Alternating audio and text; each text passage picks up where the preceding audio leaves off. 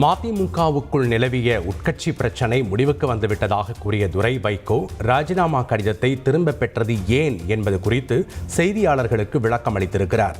திருச்சி விமான நிலையத்தில் செய்தியாளர்கள் சந்திப்பில் பேசிய போது மதிமுக நிர்வாகிகளுக்குள் இருந்த கோபம் வைகோவின் மனிதநேயத்திற்கு முன்பு அடிபணிந்து விட்டது என தெரிவித்திருக்கிறார்.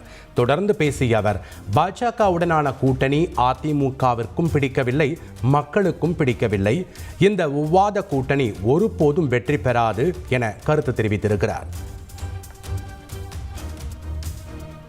ராஜினாமா நான் திரும்பி வாங்கிட்டேன். நான் என்ன காரணங்கள் நான் சொல்லியிருக்கிறேன். இயக்க தோழர்கள், நிர்வாகிகள் 100% அவருடைய கோபம் இருந்தது, எல்லாருடைய கோபம் இருந்தது.